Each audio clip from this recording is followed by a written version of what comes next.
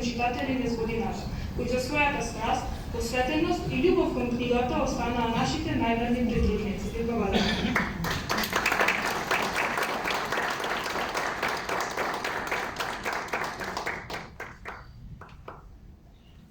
Tanja Andjelković.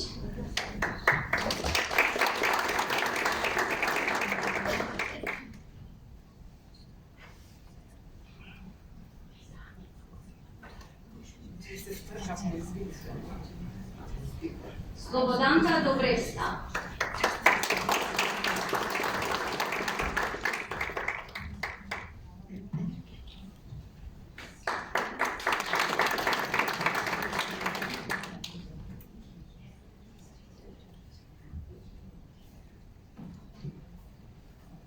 Sveta Jevtovska.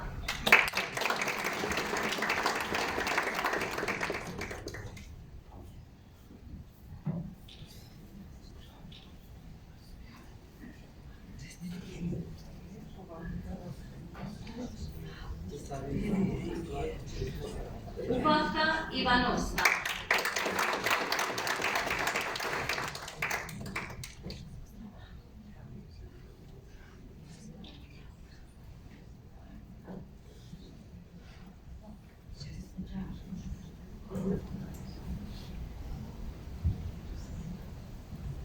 Stoim profesori Maxim Mehmeti.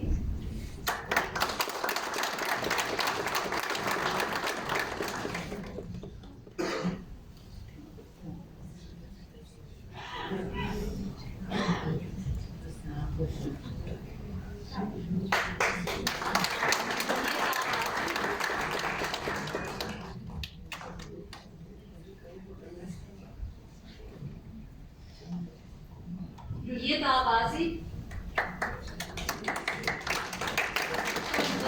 Zene Shavani.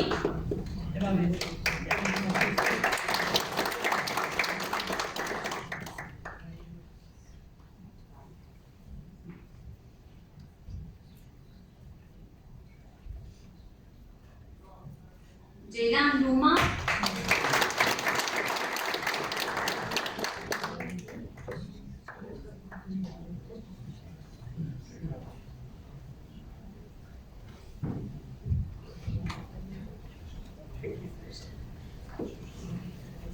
Veredon Abdi.